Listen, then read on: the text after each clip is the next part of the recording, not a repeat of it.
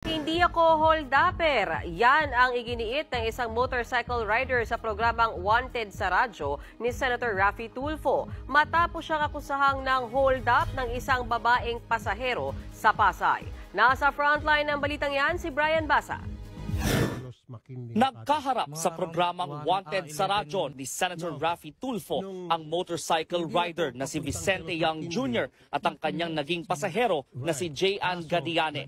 Inirereklamo ni Gadiane si Young dahil hinold up daw siya ng rider noong gabi ng May 28. Itinanggi ng rider ang akusasyon. Hindi raw siya hold-upper at hindi niya tinangay ang bag ng pasahero na may lamang 4,000 pesos.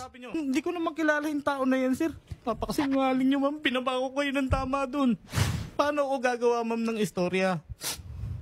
Sa tingin mo ba, papaspasin ko yung Pasay papunta ron sa panibago kong booking? Ano ko si Superman? Ma'am, di ako gumagawa ng kwento rito.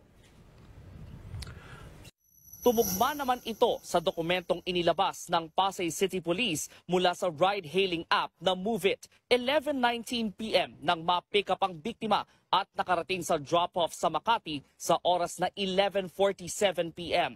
Matapos ang ilang minuto, nakakuha ng panibagong pasahero ang rider.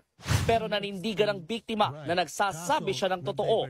Inilihis daw talaga ng rider ang ruta at diniretso siya sa tapat ng isang hotel sa Pasay kung saan ito nagdeklara ng hold-up. Kung hindi mo ko kayang i-ano sa drop-off ko, ibaba mo na lang ako kahit saan dyan.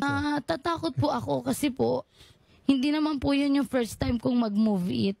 So, hindi ko po akalain na ganun po yung mangyayari po that night. Una nang sinabi ng Move It na naka-preventive suspension na ang rider habang gumugulong ang investigasyon. Hindi rin daw nila kukonsintihin ang mga ganitong insidente. Pumasa naman ang rider at ang biktima sa hamon ni Senator Tulfo na sumailalim sa lie detector test. Pero sa huli, napagpasyahang hindi kailangang magpa-lie detector test ang dalawa dahil sa lumutang na revelasyon. Hinihintay rin ang desisyon ng biktima kung magsasampa siya ng kaso laban sa rider. Nagbabalita mula sa Frontline, Brian Basa, News 5.